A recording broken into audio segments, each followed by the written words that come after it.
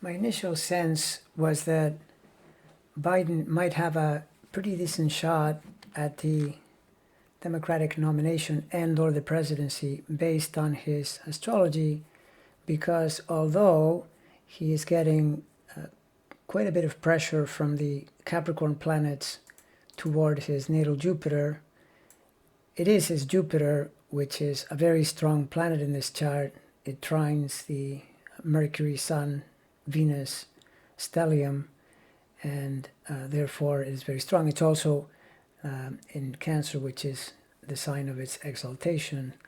However, it is the Lord of the Ascendant, and the Lord of the Ascendant is a really critical planet in anyone's chart, and it is in the 8th sign, which can be problematic. In fact, that's exactly how it's turned out to be, because these planets, as we've seen them move in, his standing has really declined.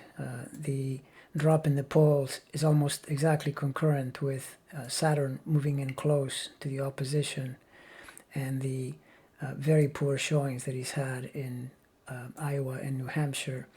And now Saturn is going to move forward a little bit, so it'll be somewhat out of orb when he goes to compete in Nevada and South Carolina, but then Pluto moves in. And Pluto is a mixed planet in that, positively speaking, it trines the ascendant. That's good, but it does square Mars. And as an aside, the square to Mars is the astrological correlation for his terrible luck in the realm of children, but also that house turns out to be the house of competitions and elections. So a planet like that is not helpful at all, making a challenge aspect to the ruler of the ascendant.